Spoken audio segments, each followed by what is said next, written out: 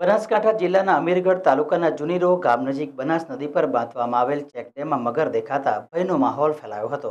બનાસકાંઠા જિલ્લાના અમીરગઢ તાલુકાના જુનીરો ગામ નજીક બનાસ નદી પર બાંધવામાં આવેલ ચેકડેમમાં મગર દેખાતા ભયનો માહોલ ફેલાયો હતો। સ્થાનિક લોકોએ મગરનો વિડીયો ઉતારીને સોશિયલ મીડિયામાં વાયરલ કર્યો છે। વિડીયો સાથે લોકોએ એક મેસેજ પણ શેર કર્યો છે, જેમાં અમીરગઢ જુનીરો હોય અને આસપાસના ગામના લોકોને આ વિસ્તારમાં બિનજરૂરી અવરજવર ન કરવાની સલાહ આપવામાં આવી છે। મગરની હાજરીથી આસપાસના વિસ્તારમાં ભયનો માહોલ ફેલાયો છે। જોકે હજુ સુધી આ અંગે કોઈ સત્તાવાર અધિકારી દ્વારા સ્પષ્ટતા કરવામાં આવી નથી।